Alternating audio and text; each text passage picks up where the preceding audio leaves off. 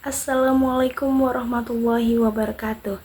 Selamat malam pemirsa, kembali lagi bersama saya Laila Fatul Muzaidah dalam acara Breaking News pada malam hari ini.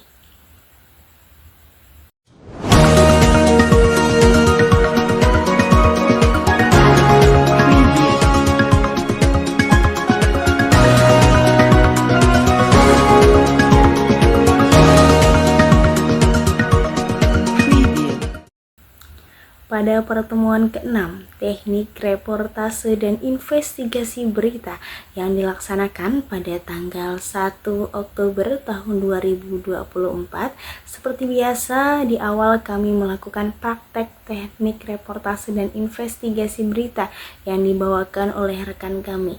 Bagaimana keseruannya? Berikut liputannya.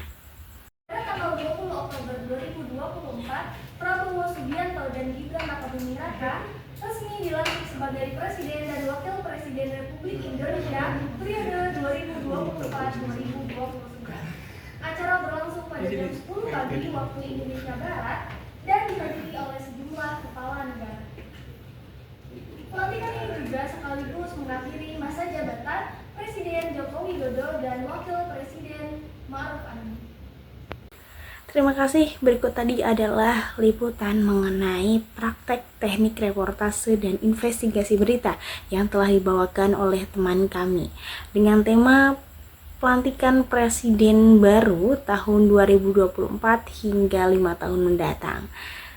Selanjutnya, di sini kami akan menyampaikan hasil perkuliahan kami yang akan dibawakan oleh rekan saya kepada Asil. Dipersilahkan. Baik, terima kasih kepada Laila yang berada di studio. Di sini saya Laila akan menyampaikan materi yang telah kami pelajari pada pertemuan sebelumnya. Di sini teknik reportase dan investigasi berita kembali membahas tentang undang-undang yang mengingatkan pers tentang kebebasan pers, tanggung jawab pers, perlindungan sumber informasi, pendidikan dan karakteristik perizinan, pengaturan tentang pendaftaran dan perizinan perusahaan pers.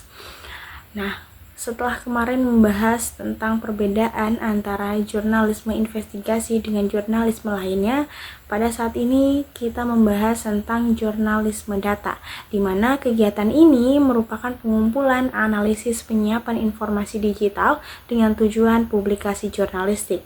Jurnalisme data khusus untuk liputan investigasi. Selanjutnya ada etika dasar jurnalisme investigasi. Yang pertama ada akulturasi kebenaran, objektivitas, di mana berita yang disampaikan ini secara seimbang, kemudian kerahasiaan sumber, di mana pers ini dapat melindungi sumber identitas, dapat melindungi identitas mengenai sumber informasi apabila informasinya sensitif. Terus juga ada fairness, memberikan kepada semua pihak untuk memberikan tanggapan atas tuduhan atau informasi yang telah disampaikan. Selanjutnya tidak melakukan plagiarisme, tidak melakukan manipulasi data, tidak melakukan tindakan yang melanggar hukum yang berlaku. Nah, selanjutnya kita langsung saja membahas antara perbedaan jurnalisme data dengan jurnalisme investigasi. Nah, di sini pertama ada pendekatan dan metodologi. Jelas perbedaannya dari pengertiannya. Kalau jurnalisme investigasi itu berdasarkan investigasi ya peliputannya. Sedangkan jurnalisme data itu berdasarkan data. Terus yang kedua ada sumber informasi. Sumber informasinya juga berbeda. Kalau sumber informasi jurnalisme data berasal dari data-data serta tujuan, durasi proses, hasil penyajian, teknologi yang digunakan, dan keterampilan yang digunakan.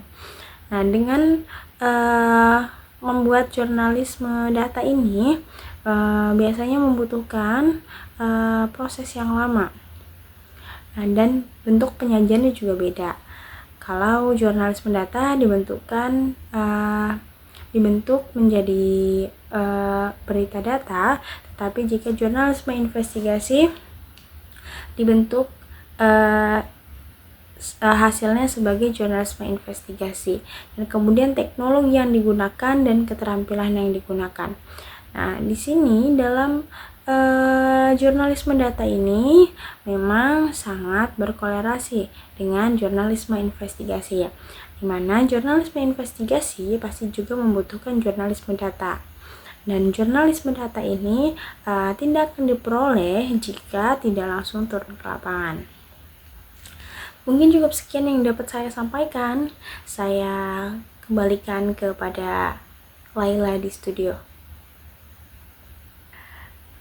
Baik, Hasil, terima kasih. Baik pemirsa, pemberitaan tadi sekaligus menutup perjumpaan kita pada malam hari ini. Saya Laila Fatul pamit undur diri dari hadapan Anda. Wassalamualaikum warahmatullahi wabarakatuh.